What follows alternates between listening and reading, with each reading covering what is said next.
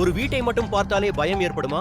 ஒரு பாட்டி, ஒரே அறையில் மூடப்பட்ட மர்மம். 30 ஆண்டுகளாக யாரும் கண்டிராத அந்த அறை. இன்று அந்த கதையை நீங்கள் கேட்கிறீர்கள்.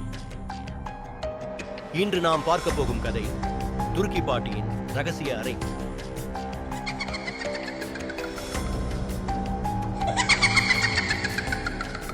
தென்காசி அருகே உள்ள ஓர் சிறிய கிராமம். அழகான பசுமை, அமைதியான மக்கள்.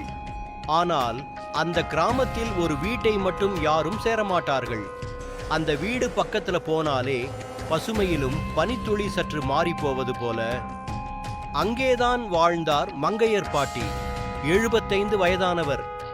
யாருடனும் அதிகம் பேச மாட்டார்.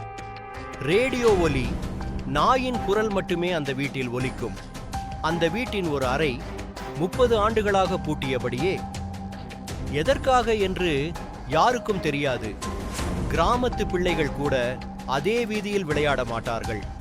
பெட்டியில் இருந்தது ஒரு கை எழுத்தில் எழுதப்பட்ட கடிதம். அதில் பாட்டி எழுதியிருந்தார், அவன் என்னை விட்டு போனது பொய். நான் தான் அவனை விடாமலே இந்த வீட்டிலேயே வைத்திருக்கிறேன். என் கணவனின் பாசமும் வேதனையும் இந்த வீட்டுடன் முடியும். ஊரார் அதுவரை நினைத்தது கணவன் ஓடி போனதாக. ஆனால் உண்மை, பாட்டிதான் விஷம் கொடுத்து கொண்டிருந்தார். ஏனெனில் அவருடைய கணவன் ஒரு வெளிநாட்டு பெண்ணுடன் உறவில் இருந்தார். அந்த வருத்தத்தை பொறுக்க முடியாமல் துருக்கி பாட்டி பழி வாங்கினார்.